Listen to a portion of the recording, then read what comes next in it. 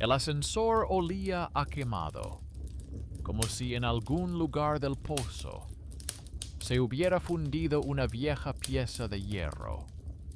La lámpara sobre la puerta se apagó durante un breve instante y, justo en ese momento, la cámara domo parpadeó con un único punto rojo, aunque la casa estaba en silencio y no se oían pasos ajenos.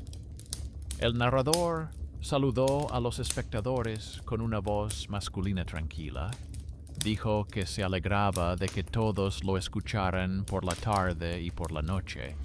Pidió que escribieran en los comentarios desde dónde lo veían, sin dar más detalles, y les deseó una escucha atenta y agradable. Regresó tarde. Colocó la taza exactamente en el círculo de la mesa.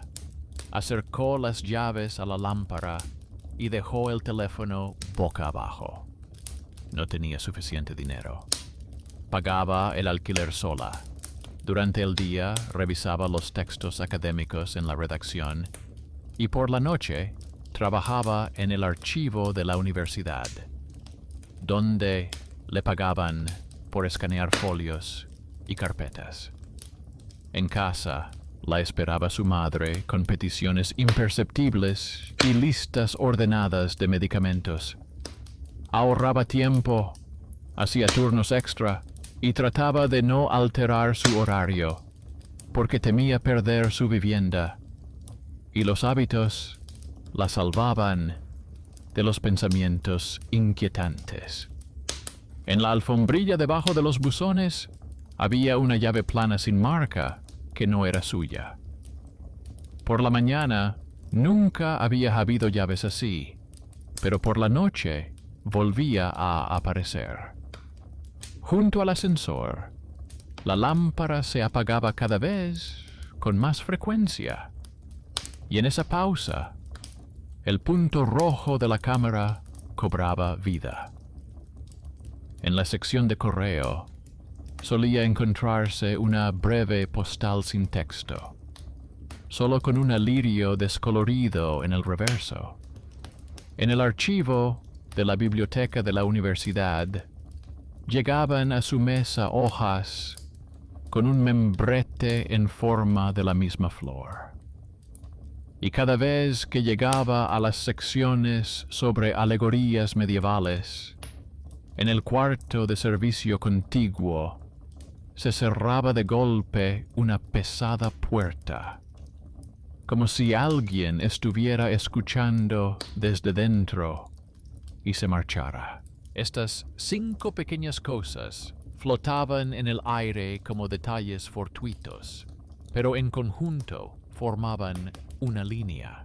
Esa noche había un paquete sin remitente en la puerta con una etiqueta que decía contrafirma, aunque ella no había hecho ningún pedido. Anotó en su cuaderno la hora, el olor en el vestíbulo y la posición de la lámpara junto al ascensor. Introdujo la hora en su teléfono con palabras. Puso una vieja cámara a grabar en la cocina y solo entonces llevó la caja a la habitación. El papel crujía como cruje, no algo comprado en una tienda, sino la cubierta de un armario. Bajo una capa de papel craft había un cartón fino, sobre el que se encontraba una reproducción facsímil de un antiguo comentario a un famoso poema del exiliado florentino, sin nombre, solo autor y libro primero. Entre las hojas había tarjetas estrechas con fórmulas breves. Los pecados de los héroes como insinuaciones directas, los lujuriosos no como cuerpos, sino como redes protectoras, el castigo como posición política. En la primera tarjeta hay una nota pulcra. No es erotismo, sino un mapa de conexiones. La letra me resultó familiar. No era de un libro ajeno, sino del baúl familiar. Recordó la carpeta con hojas descoloridas que su madre guardaba en el estante superior. En otro tiempo, su abuela trabajaba en el departamento metodológico de la ciudad. Encuadernaba periódicos murales, seleccionaba citas, editaba conferencias. En el reverso de las hojas viejas, la abuela dejaba pequeñas anotaciones con un bolígrafo fino. En este paquete, la letra era casi la misma, sin adornos, con verticales cuidadas. En la última tarjeta había una palabra ajena, pero familiar. El apellido de soltera de la abuela. El viejo legado regresó no a través de un cuento de hadas, sino a través de un papel fino. El paquete no estaba dirigido a ella, sino a aquella cuya profesión se había extendido hasta ella a lo largo de los años. Dispuso el contenido en 3 pilas: comentarios, tarjetas y pegatinas de la caja. Fotografió el formulario de envío. En lugar del remitente, aparecía la abreviatura incompleta del Departamento Cultural. En lugar del destinatario, su dirección y el apellido de soltera de su abuela. En la etiqueta había un pequeño símbolo con la misma flor de lis que aparecía en el membrete y en las postales debajo de las cajas.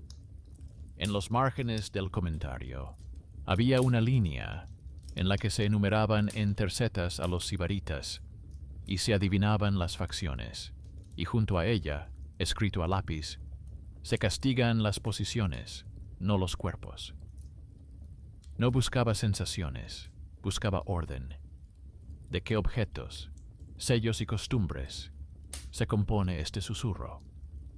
En el cuaderno trazó una línea de observaciones. La primera: la lámpara del ascensor se apaga en un suspiro. La cámara parpadea en rojo. La segunda: la llave plana parece invitar a entrar en la sala de control. La tercera: la postal con la lirio aparece todas las noches. Cuarta: las marcas de agua coinciden con la flor de la pegatina. Quinta: el algodón del cuarto de servicio del archivo suena cuando lee sobre los sibaritas. No se lo explicó como un misterio. Su oficio era otro. El brillo de líneas sencillas, documentos claros, conversaciones tranquilas con personas que tienen acceso. Para agravar la situación de forma consciente y no alargar las bromas, eligió el paso con el que a menudo comienza un thriller honesto. Dejó la cámara encendida, cogió las tarjetas, puso una taza vacía sobre la mesa, colocó un círculo de papel sobre el teléfono para evitar la luz accidental y bajó a ver al conserje. Pidió una copia impresa del registro del interfono sin direcciones, solo las líneas de llamada interna. El conserje refunfuñó, pero le entregó la hoja. Varias noches seguidas se había registrado una señal interna sin número en la misma ventana, justo en los momentos en que el ascensor se quedaba a oscuras. Añadió, con cansancio, que el electricista tenía previsto revisar la iluminación la semana siguiente. Pero que por el momento nadie se había apuntado para la noche. Ella señaló: el registro está activo, lo que significa que alguien cerca tiene un haz de luz. Al regresar, se encontró con un mensajero de rostro cansado que llevaba un carrito vacío. La reconoció porque el día anterior no la había encontrado en casa y había devuelto la caja al almacén. Pero por la noche recibió una notificación de devolución y tuvo que volver a llevarla. Dijo brevemente que la etiqueta de su caja era extraña. No había remitente, y el código estaba impreso con una cinta antigua. Mostró en su teléfono la ruta de servicio, donde se veían los puntos de escaneo, y uno de ellos brillaba justo en la entrada de su edificio, como si la caja se hubiera recogido allí mismo, en la escalera. No se puso a filosofar. Simplemente sugirió dejar una nota de servicio indicando que la entrega no era de un remitente confirmado para no tener que volver a salir por la noche. Fue un benefactor inesperado con una chaqueta abrigada. Una sola casilla en su pantalla podía poner fin a los juegos nocturnos en su puerta. En el apartamento, la cámara de la cocina captó un pequeño detalle que los ojos podrían haber pasado por alto. En el momento en que ella daba la vuelta a la tarjeta con la nota sobre el mapa alegórico, la pantalla del teléfono, que yacía a un lado bajo un círculo de papel, se movió ligeramente en el reflejo de la puerta de cristal del armario. La lámpara sobre la mesa se apagó por una fracción de segundo, y en la mirilla de la puerta brilló un pequeño destello rojo de la cámara domo.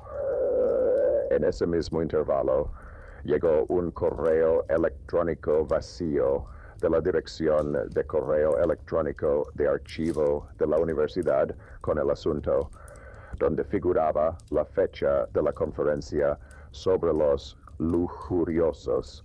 Ella no se aferraba a lo místico.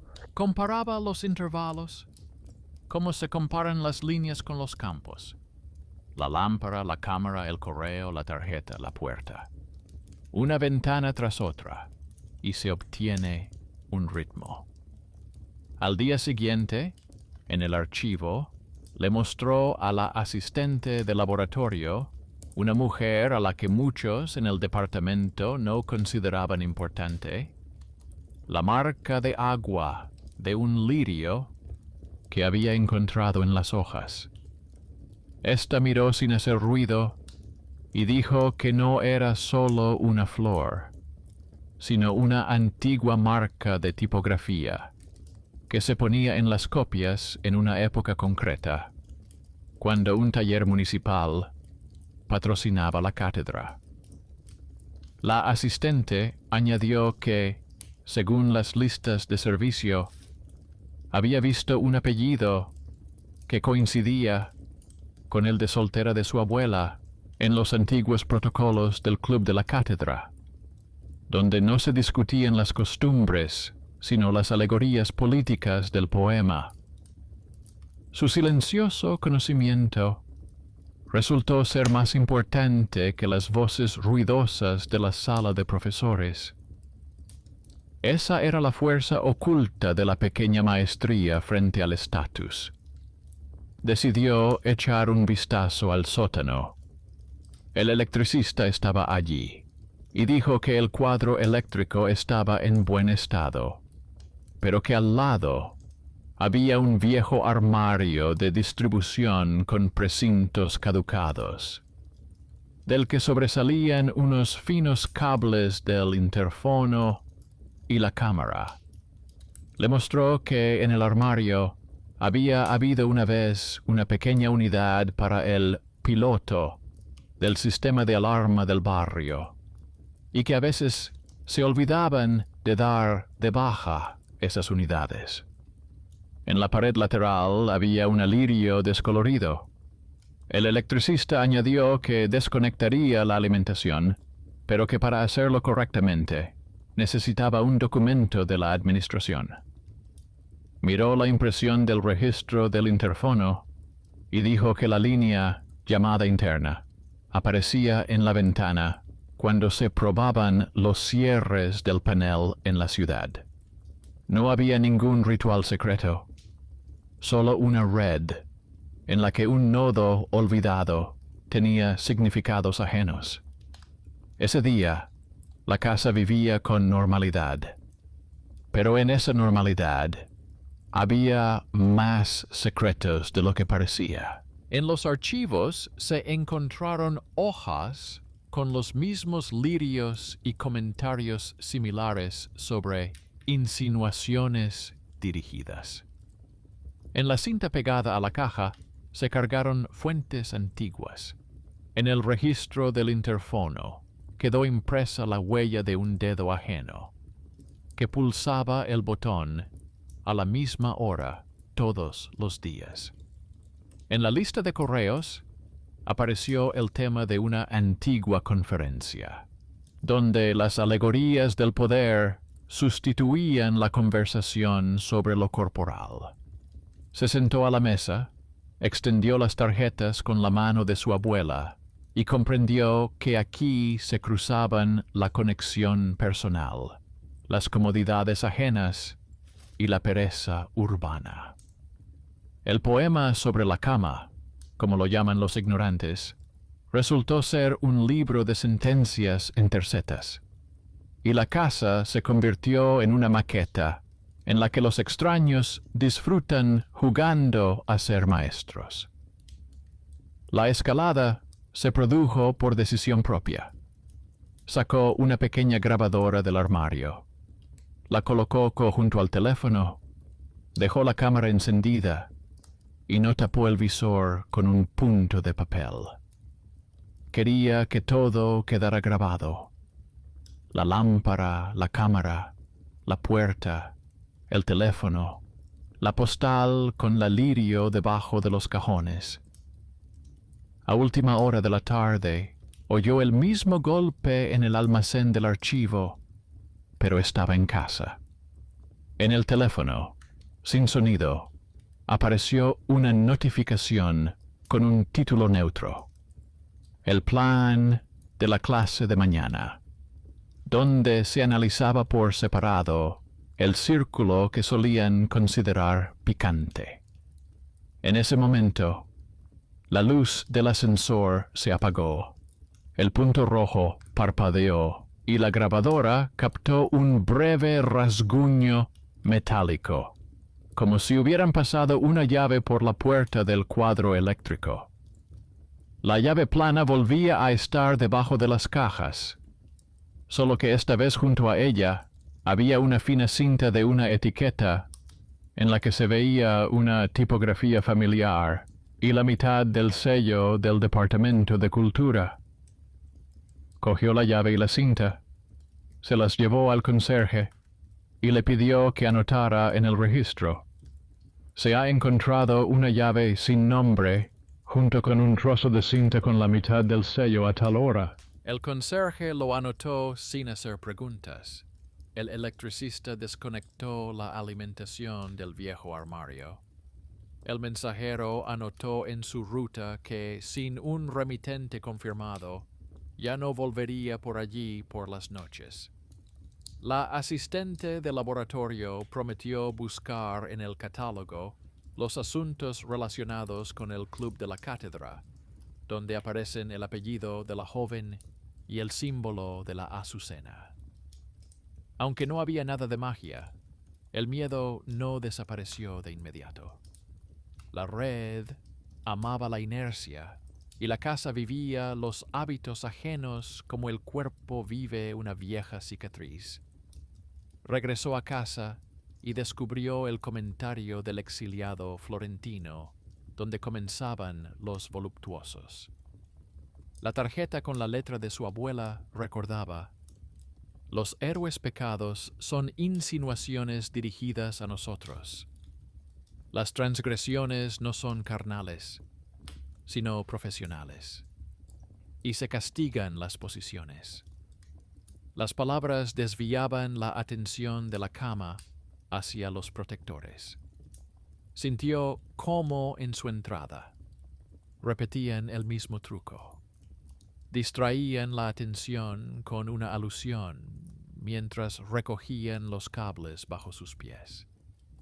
La casa enseñaba lo mismo que enseña el poema, si se lee no por los susurros, sino por las referencias. En este pensamiento había menos horror, pero más fría claridad.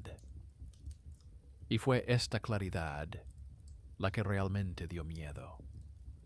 Todo lo que parecía mística se basaba en que a la gente le convenía no desactivar los viejos nudos.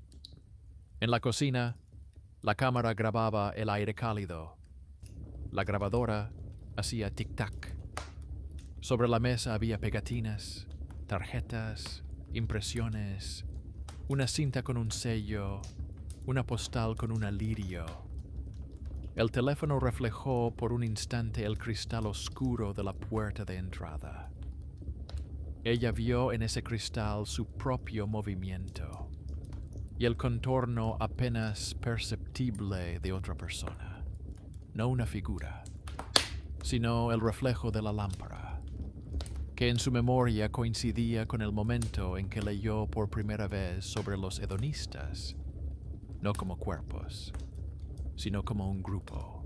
Comprendió que tendría que ir más allá, a la biblioteca, a los asuntos del club de la cátedra, y preguntarle a su madre por el trabajo de su abuela.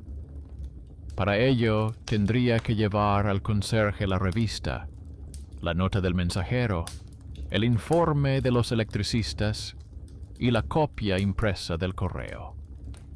Y si en esas carpetas realmente hay una conferencia titulada La erótica como alegoría del poder, el final de la historia no será sobre visiones aterradoras, sino sobre la justicia. Se desatarán los nudos ajenos, se coserá el papel, y el lirio permanecerá en la estantería como un signo de la época en que a la ciudad le gustaba jugar a las adivinanzas. En plena noche, el ascensor no se detuvo en el piso. La lámpara chirrió y se apagó con su breve respiración, como siempre, pero el punto rojo no parpadeó. La grabadora no captó nada superfluo. Se acostó y comprendió que la primera parte de su camino había cuajado. El detalle inquietante del ascensor, la motivación para no perder la casa y ayudar a su madre, la línea de pequeñas cosas repetitivas, el paquete contra reembolso, la decisión de ir al sótano, la mini investigación sobre las pegatinas, las revistas y las marcas de agua, el viejo legado familiar en tarjetas y los inesperados benefactores con acceso. A continuación, irá donde la historia aún se conserva en papel, al archivo del club de la cátedra y al manual municipal, donde alguien escribió en su día exactamente lo que ella ve ahora por la noche en su piso. Fue a ver a su madre durante la pausa para comer y sacó de la estantería superior una caja baja con cuadernos. El papel crujía seco, como en un archivo. En una de las hojas encontró el programa de una antigua velada del club en la cátedra. Arriba había un lirio, más abajo, un tema sobre los voluptuosos, y abajo, una pequeña nota escrita por la mano de su abuela sobre alegorías y patrones. En otra hoja había un recibo de encuadernación con el mismo apellido de soltera. El fajo dejó de ser una nebulosa y se convirtió en un objeto. En la familia ya se había hecho alguna vez lo que ahora regresaba lentamente a través del portal y el paquete. Por la noche, comparó los horarios del programa del club con las pausas oscuras del ascensor. El tiempo coincidía casi al milímetro. En las mismas ventanas, la casa apagaba la luz y la cámara parpadeaba en rojo. Añadió una nueva línea a su cuaderno. Los hábitos de la ciudad y los hábitos de la universidad alguna vez se superpusieron en los horarios, y la red aún conservaba la inercia. Para no hacer conjeturas, decidió seguir adelante con el papel y las personas. En la biblioteca, la asistente trajo una carpeta del club de un armario lejano. Dentro había sobres con recortes, copias de planes de clases y tarjetas con notas de los encargados. En 2 tarjetas había las mismas marcas de agua con un lirio y fórmulas secas sobre insinuaciones dirigidas.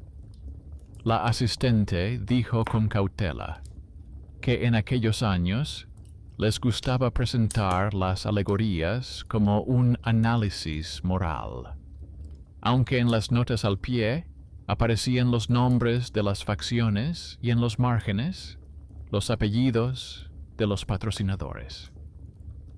Guardó las tarjetas en un bolsillo especial para digitalizarlas y sugirió llamar a un becario que supiera consultar los registros municipales. El chico no era considerado importante en el departamento, pero su costumbre de comparar fuentes y números ayudaba como una regla. El becario miró las fotos de las etiquetas del paquete, amplió los campos granulados y dijo que veía la misma tipografía en las viejas placas de los armarios de comunicaciones del barrio. Señaló en el mapa 2 nodos con números de serie similares en el barrio vecino y explicó que uno de ellos solía iluminarse por la noche, cuando se enviaban mensajes de prueba al tablero. Su silenciosa observación le dio otro punto. Ella anotó las direcciones con palabras y se dirigió al becario del centro de pantallas, el mismo que ya había tachado una vez la referencia a su parada. El becario se puso a leer los registros, levantó la capa de servicio y dijo que en la zona todavía estaba en uso el antiguo piloto, donde se habían vinculado como ejemplos plantillas con un lirio y un apellido de las tarjetas universitarias. No tenía derecho a cortar toda la red, pero podía recoger firmas para la desconexión temporal de las inserciones locales y añadir una nota de servicio sobre la inadmisibilidad de las direcciones reales. Lo hizo de inmediato. Rellenó la solicitud, indicó los números de los nodos y dejó una copia sellada sobre la mesa.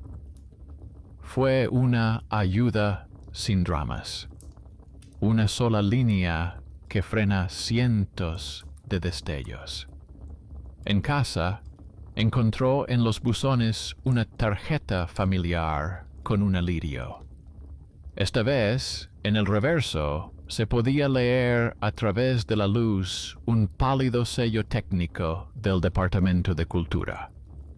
El cartero, al que antes se consideraba un eslabón superfluo, se acercó y le dijo que su sistema marcaba la reentrega fuera del horario laboral, por lo que devolvería la postal al almacén y dejaría marcada la casilla reenviar por la tarde.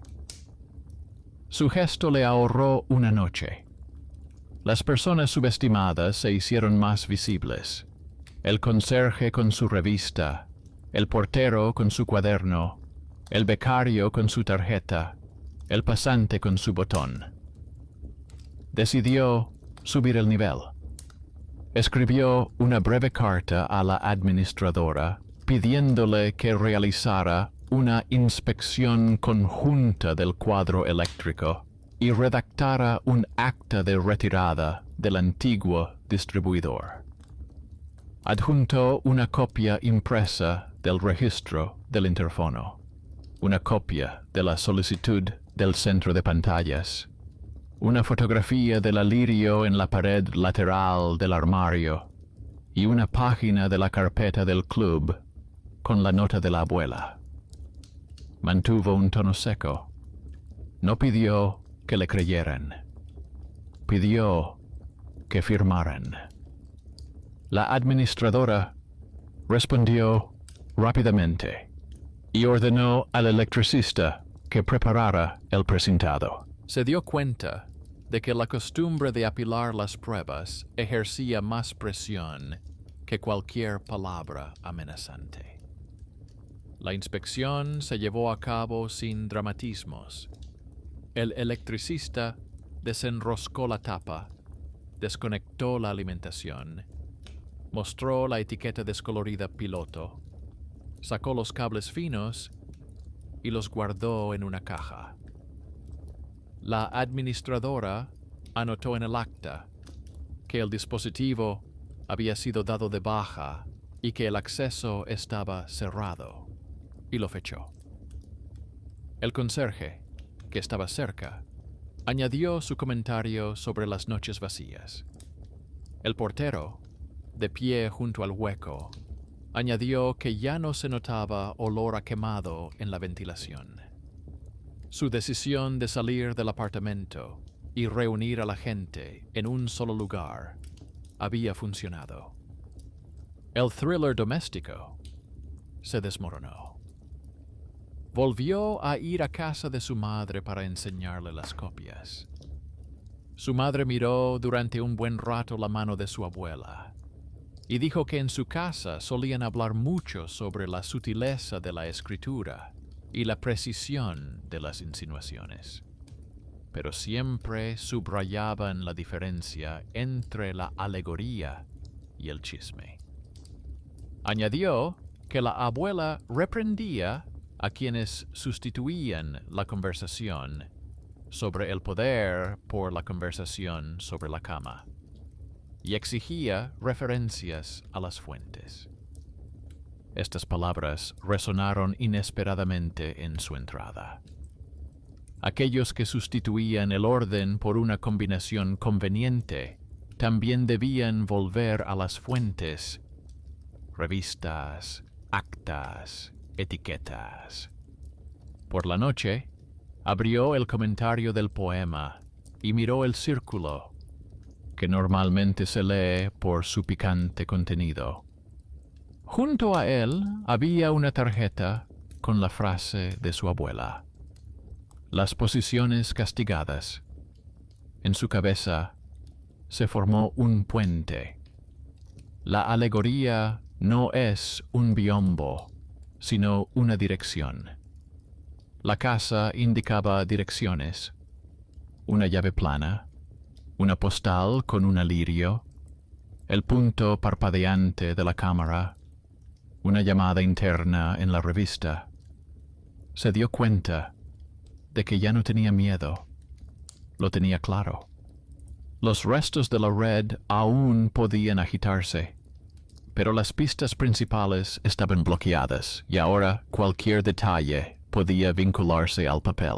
Antes de dormir, la lámpara del ascensor seguía apagándose en un suspiro, como un hábito del cuerpo, y la cámara-domo se movió una vez, pero no envió ninguna señal al teléfono. No había nada en la alfombra. No aparecieron invitaciones en el teléfono. Se durmió tarde, con la sensación de que la segunda parte del camino se había acortado exactamente lo suficiente como para no tragarse las sugerencias ajenas. Más adelante no le esperaban milagros, sino una lección para aquellos que amaban las explicaciones fáciles, sobre cómo los voluptuosos servían de indicadores en el mapa político, y los nudos olvidados en la casa, de indicadores de la pereza humana. Y al final, no debía ser estrepitoso, sino justo.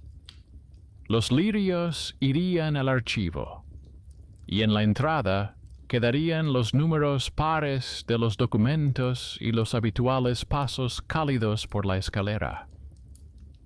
Se despertó temprano y decidió no seguir su costumbre, sino una cadena de objetos.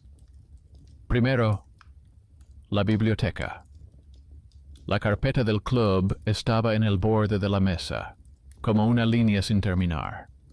La asistente de laboratorio dejó una marca en los márgenes y una breve nota diciendo que la digitalización de las fichas con la flor de lis sería prioritaria para no perder la conexión con los nodos urbanos. Junto a ella había un sobre fino con una mancha de lacre descolorida. Dentro estaba el programa de la velada, donde el tema de los voluptuosos ocupaba el primer lugar. Y en la parte inferior temblaban 2 líneas en letra pequeña. Se señalaba que el debate se lleva a cabo en el marco del análisis de las relaciones de patrocinio. Al lado, alguien de los que estaban de guardia había añadido a lápiz: no confundir con moralina. Estas secas palabras sonaban más fuerte que cualquier llamamiento. En ellas residía la tranquila seguridad de quienes están acostumbrados a discutir sobre el papel, y no a gritos. De camino a casa, vio hojas nuevas en el tablón de anuncios. Las inscripciones eran neutrales. Invitaban a una velada sobre los valores y el orden. Prometían una conversación sin complicaciones. Y, en la parte inferior, se adivinaba la misma flor de lis, solo que escondida en un adorno. El papel olía al mismo tóner que las copias de la carpeta del club. El mensajero que estaba junto a los buzones dijo en voz baja que por la noche habían intentado colgar carteles similares, pero que los había devuelto porque en su ruta de trabajo figuraba que su edificio estaba cerrado para colgar carteles por la noche. Añadió que había dejado una nota en el sistema: trasladar a horario diurno con confirmación del organizador. Su botón, de aspecto frágil, era en realidad una pesada pesa que aplastaba la ligereza ajena. Por la noche, el ascensor se apagó de nuevo en un instante, pero el punto rojo de la cámara no se encendió. En el registro del interfono se mantuvo un espacio vacío, igual que las líneas de su cuaderno. Esta vez, la inquietud vino de otro frente. Llegó una carta sin firmar al correo del departamento, en la que alguien se indignaba por la blasfemia y afirmaba que era necesario moderar inmediatamente la visión deliberadamente vulgar del poema. La carta se extendió como una mancha por el departamento, aunque no contenía ninguna referencia, ninguna fecha, ni una sola hoja. Solo una palabra grandilocuente y la promesa de acudir a la biblioteca con un grupo para hablar. Ella sintió cómo la vieja costumbre de la ciudad, sustituir el intercambio de documentos por ruido, quería resurgir, no a través de la caja negra del sótano, sino a través del grito de papel en la puerta. Su respuesta fue sencilla y pausada. Reunió 3 cosas en una carpeta: el programa del club con la nota sobre las relaciones de patrocinio, la tarjeta escrita a mano por su abuela, posiciones sancionadas, y una copia de la solicitud del centro de pantallas para desactivar las inserciones locales con la flor de lis. Junto a ellas, colocó el acta de precintado del armario y una copia impresa del registro del interfono con las noches vacías. Abajo, la nota del mensajero sobre la prohibición de pegar carteles por la noche. No era un escudo contra las disputas, sino un conjunto de páginas en las que cada línea se unía a la siguiente. Al día siguiente, apareció en la biblioteca una persona a la que en la ciudad solían considerar importante. Caminaba a paso rápido, llevaba una carpeta en la mano y hablaba en voz alta. En la recepción exigió ver los materiales, aunque no había reservado cita. Le acompañaban dos personas que observaban la reacción con la mirada. No habían venido a escuchar, sino a dar órdenes. La asistente de laboratorio fue la primera en recibir el golpe. Mostró el registro de visitas, explicó que no se podía acceder a los fondos sin cita previa. Sugirió que rellenara una solicitud y esperara su turno. El visitante empezó a levantar la voz y a repetir expresiones como vergüenza y blasfemia. En ese momento, los pequeños que lo rodeaban empezaron a hacer su trabajo. El conserje llamó a la seguridad con un gesto suave.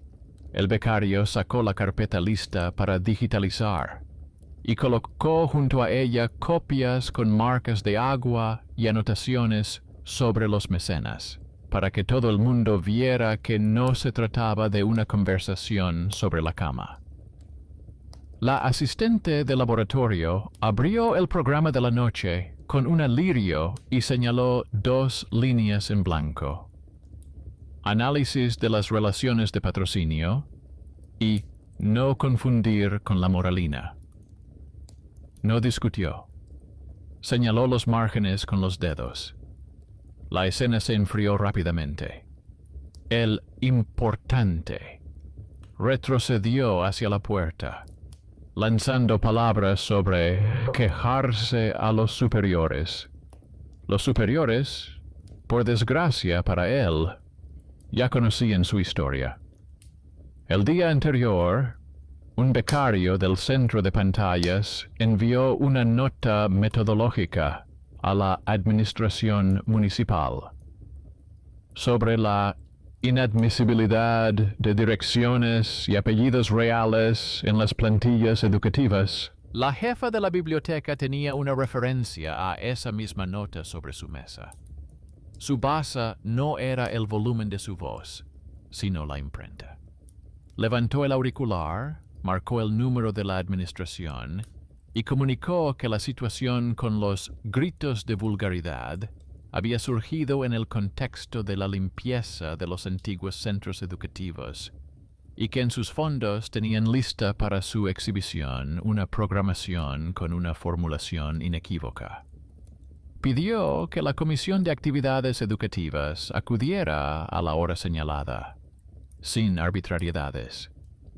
La dirección respondió secamente: Irán. Fue un benefactor inesperado de un nivel superior, no una persona con gabardina, sino una lista que sabe convertir el ruido en procedimiento. Por la tarde, llegó la comisión. 2 personas del Departamento de Cultura y una del Servicio Metodológico.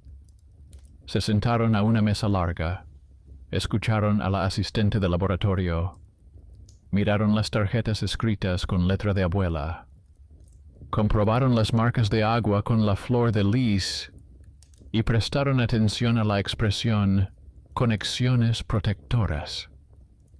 El becario mostró en el ordenador portátil un mapa de los nodos con los números de serie. El pasante trajo una copia impresa de su solicitud y el mensajero una ruta impresa con la nota «Prohibido pegar carteles por la noche». La comisión no buscaba culpables. La comisión buscaba orden. Al final, dijeron con tono tranquilo: que el evento público se celebraría esa noche, tal y como se había solicitado, y que se llamaría simplemente La erótica como alegoría del poder. Lectura de documentos. Pidieron que se pegara en la puerta de la biblioteca una hoja con ese título y firmaron. La persona importante desapareció discretamente. No había perdido. Su ruido se disolvió en el indiferente papel. Su miedo no desapareció de inmediato. Todavía se percibían pequeñas rarezas. Por la mañana, en el tablón de anuncios de la entrada, volvió a aparecer una flor de lirio en la esquina. Pero el conserje colgó al lado un aviso con el número del acta de desconexión. En el ascensor, la lámpara se apagó un par de veces, pero ya no había ningún punto rojo. Por las noches, en el hueco del basurero, entraba aire fresco y uniforme. El conserje mostraba su cuaderno, donde junto a la fecha había escrito cuidadosamente, sin olor.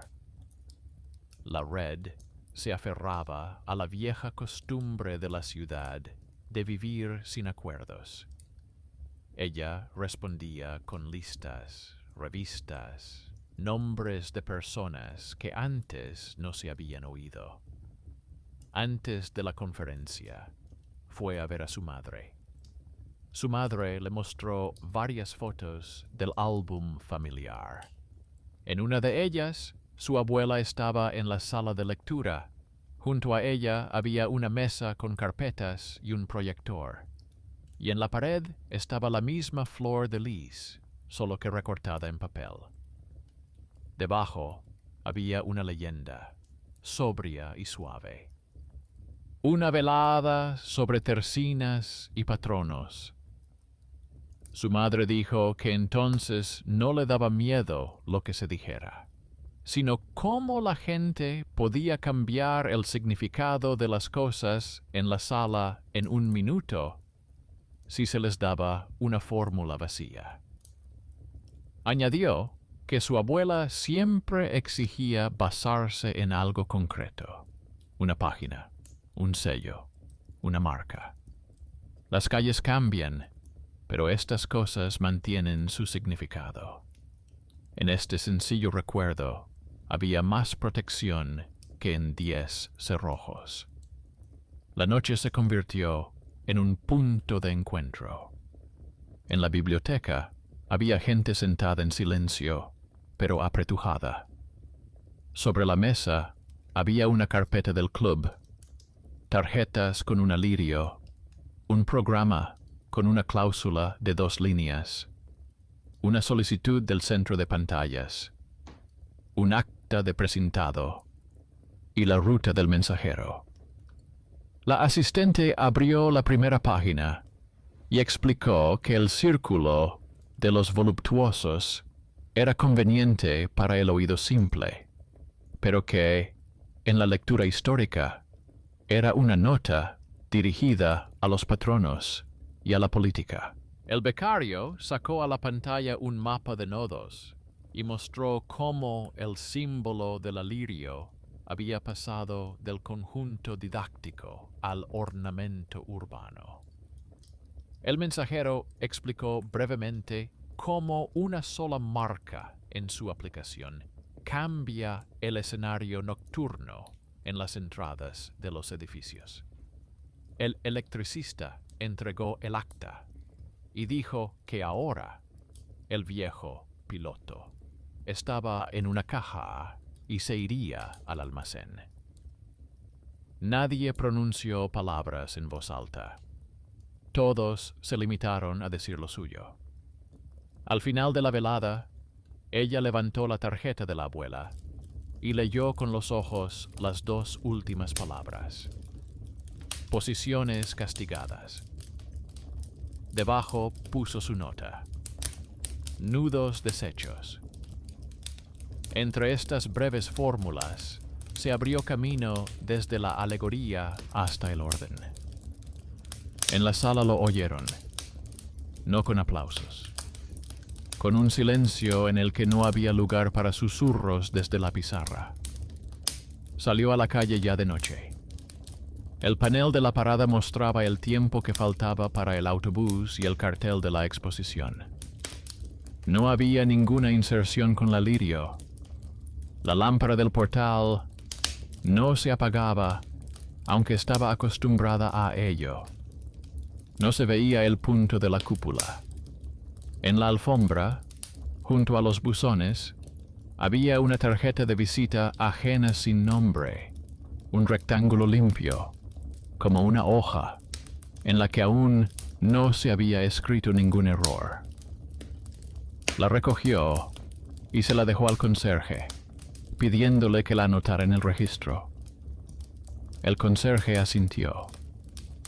El portero, que solía refunfuñar, sonrió levemente, como sonríen las personas cuando ven que lo difícil se ha ido no con ruido, sino con trabajo. En casa, el teléfono estaba sobre la mesa con la pantalla hacia abajo, y eso ya no importaba. Sacó un cuaderno y escribió con palabras lo que había sucedido. El vínculo familiar regresó a través del papel y ayudó a ver cómo los mitos sustituyen al trabajo. Benefactores inesperados con acceso pulsaron las teclas necesarias y pusieron los sellos necesarios. Los pequeños, la ayudante de laboratorio, el becario, el mensajero, el conserje, el portero, el electricista, mantuvieron la casa en su sitio. La importante voz sonora, aplaudida en los pasillos, no le ganó a ella, sino al procedimiento que todos deberían haber utilizado desde hacía tiempo. Y en algún lugar, en un estante lejano, bajo la lámpara, la mano de la abuela seguía señalando la línea correcta. Cerró el cuaderno, pasó la mano por la mesa y comprendió que el miedo se reduce a cero, cuando cada acción tiene su equivalente en papel. Al final, queda por tomar una decisión breve y clara. ¿Qué hacer con los últimos papeles con la flor de lis en el tablón de la entrada? Pero ya no se trata de horror. Se trata de justicia, que se puede archivar. Regresó a casa más tarde de lo habitual, y enseguida notó una rareza que antes le había parecido inofensiva. En el tablón de la entrada había 3 hojas de diferentes tamaños, con las esquinas fijadas de forma diferente, pero las 3 proyectaban la misma sombra en forma de acordeón, como si las hubiera colocado la misma mano. En la parte inferior de cada uno se adivinaba un lirio escondido en el adorno. Quitó una hoja, puso debajo un borrador blanco y se dio cuenta de que el papel era más fino que el de biblioteca y que el tóner dejaba manchas. No lo habían hecho en una imprenta. Lo hicieron en una máquina de escribir apresurada en un sótano o en el despacho de alguien. Su mirada se deslizó hacia la cámara domo. No había ningún punto rojo. El registro del interfono permanecía en silencio.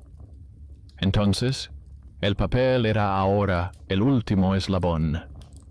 Subió a su apartamento, dejó la hoja junto al acta de presentado y anotó en su cuaderno: el cartel nocturno ha sido sustituido por un engaño diurno. Por la noche, bajó otra vez y encontró al conserje junto al tablón. Estaba apilando los anuncios viejos y le dijo brevemente que por la tarde había venido un hombre con una carpeta. Le había mostrado unas cartas viejas y le había pedido insistentemente un sitio. El conserje no discutió, pero movió todas las hojas a una sola línea y pidió que le trajeran el permiso con el sello. Ella puso los actos, la ruta del mensajero y una copia del programa de la biblioteca al lado, y dijo sin insistir que por la noche no debía haber lirios y que por el día solo con la firma y la fecha. El conserje asintió y sacó de su bolsillo un pequeño bloque de sellos que había comprado por su cuenta para no tener que ir a buscar el sello cada vez. Fue un gesto pequeño, pero decisivo. Ahora, en la parte inferior del tablero aparecía una línea con el día y la hora, y cada hoja tenía una vecina. Por la mañana fue a la biblioteca y ayudó a la asistente a organizar los materiales para la tarde.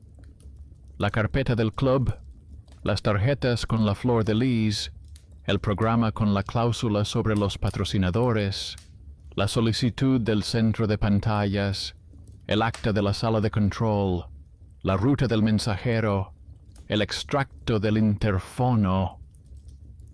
Todo quedó ordenado. El becario añadió un mapa con los nodos, resaltando en color los que se habían eliminado. En los márgenes escribió unas sencillas palabras sobre la secuencia. Primero desconectaron el hierro, luego cortaron las plantillas, después quitaron los carteles nocturnos y, a continuación, revisaron la conferencia. Esa regla parecía de colegio, pero decía más que muchos discursos. Al mediodía apareció en la entrada una nueva hoja sin lirios. En ella prometían una charla sobre moralidad y ponían un punto como si fuera una sentencia. Dejaron un espacio en blanco en la parte inferior para la fecha y la hora, como si fuera una nimiedad. El conserje hojeó la revista y escribió unas líneas sobre el día de ayer y el de hoy, y en la parte inferior añadió una advertencia. Sin sello con la fecha, la hoja se retirará en una hora. Nadie había escrito esa regla antes, pero surgió de su trabajo semanal. Pasada esa hora, la hoja desapareció. No fue un escándalo, fue un procedimiento. Decidió volver a revisar los puntos vulnerables de la casa. Los sellos de la caja de fusibles estaban intactos. La línea de lápiz no se había movido. El hueco de la basura estaba fresco y seco. En el rellano del ascensor, la lámpara se había caído una vez, pero volvió a encenderse inmediatamente, sin guiñar el ojo a la cámara. Debajo de los buzones no había nada, y solo en la puerta de cristal, en la que antes se reflejaba el oscuro pasillo, vio una nueva huella, no un contorno, sino una pequeña pegatina con un lirio en la parte inferior, donde la mirada rara vez se detiene.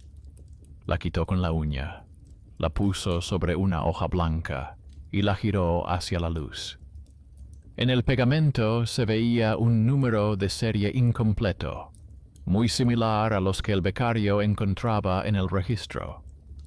Los restos del piloto se extendían como un hilo fino, pero ya sin alimentación y sin autorización. Llevó la pegatina a la biblioteca y se la mostró al becario. Este amplió el número, lo comparó con el mapa y confirmó que se trataba realmente de la cola de un antiguo conjunto que circulaba por la zona. La becaria la pegó cuidadosamente a la hoja con las copias de las tarjetas y escribió las letras: Calle, entrada, puerta de cristal. Dijo que lo incluiría en el maletín para el manual, para que a los demás les resultara más fácil explicar cómo las supersticiones domésticas se basan en rastros técnicos. Esta vez, en su voz se percibía un orgullo silencioso.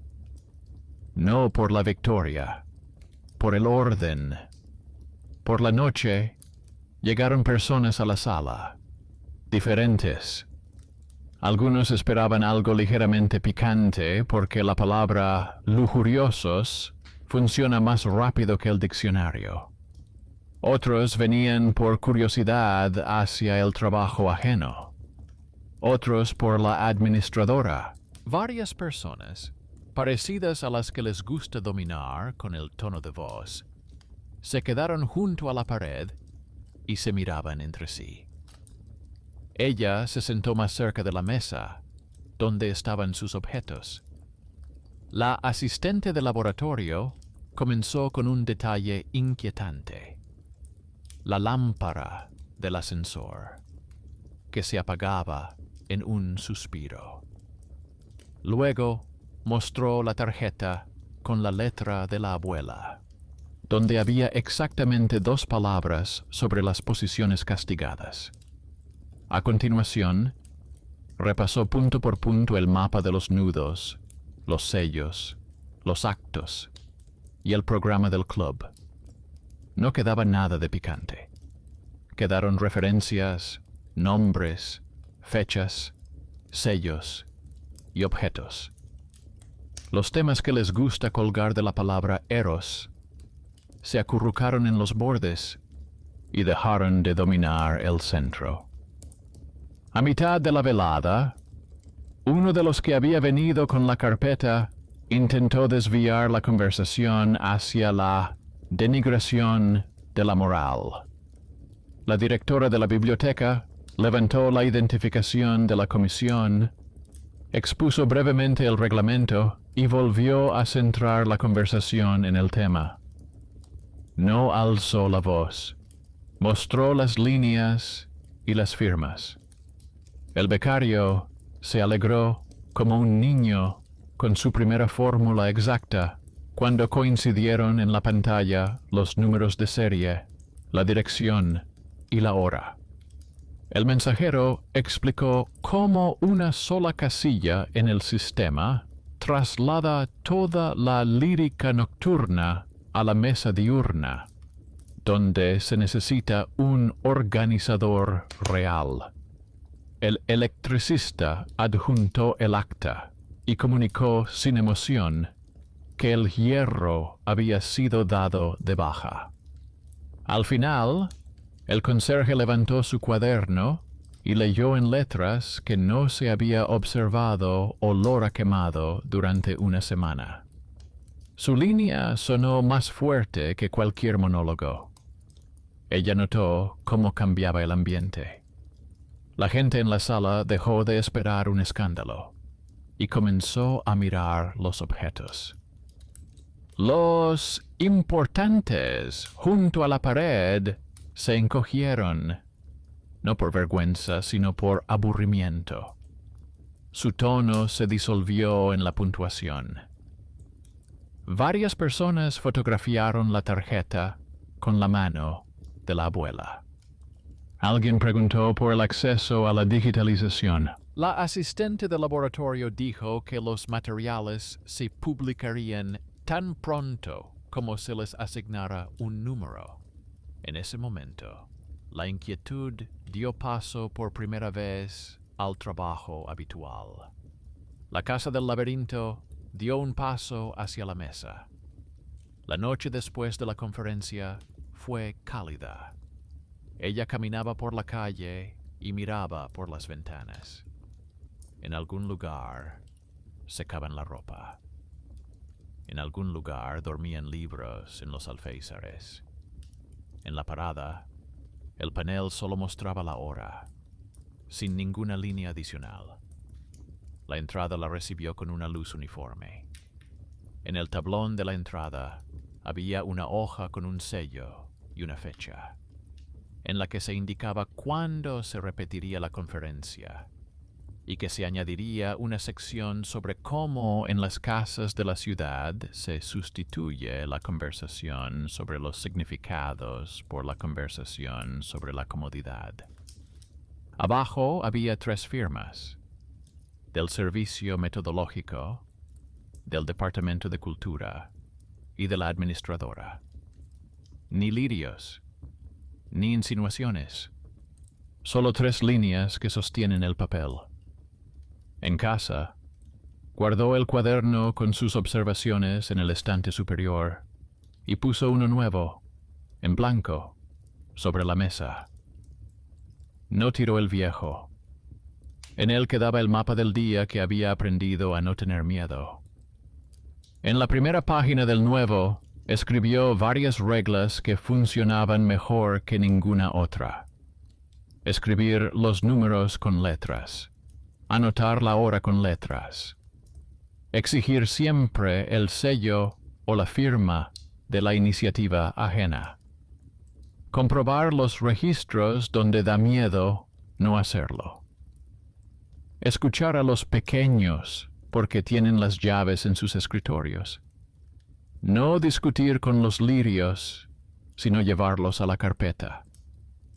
Un par de días después, la directora de la biblioteca se acercó a ella y le propuso organizar una pequeña velada una vez al mes, no como conferenciante, sino como persona capaz de ordenar los objetos en fila. No aceptó de inmediato, pero aceptó. Su madre dijo que su abuela se habría alegrado de tener un papel tan modesto. El mensajero le guiñó el ojo en silencio y le mostró en el teléfono que su edificio ahora estaba en la lista blanca, con la nota «Sin entregas nocturnas». El becario trajo una pantalla impresa con un mapa de los nodos, en el que su barrio ya no aparecía resaltado. El conserje escribió una nueva línea en su cuaderno. Tranquilo. El electricista cerró el informe. El conserje pasó el diario al nuevo mes y escribió la primera fecha con letras. Ella finalmente volvió a sus quehaceres.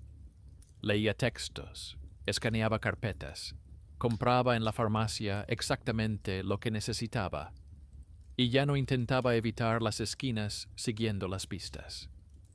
Por la noche, a veces, la lámpara del ascensor seguía apagándose de golpe. Pero ahora eso no era una señal. Era solo una pausa. En esa pausa no parpadeaba el punto rojo. En esa pausa no llegaban postales. En esa pausa se oía cómo respiraba la casa. Antes de acostarse, sacó del cajón una hoja con una pequeña pegatina de un lirio y la guardó en la carpeta con el manual. En el reverso escribió con letras: Mito, poema sobre la cama. Documento, mapa de los protectores. Vida cotidiana, entrada y hierro. Resultado, orden. Esta breve escalera parecía un simple resumen, pero en ella vivía la claridad emocional por la que se movía todos los días. La justicia salió sin consignas. Cada acción quedó en su línea. Cada miedo encontró un vecino en el papel. Y lo que una vez pareció erótica del pecado, se convirtió en un color en el mapa del poder, y luego en una marca en el archivo, con un número, una fecha y una persona responsable de la estantería.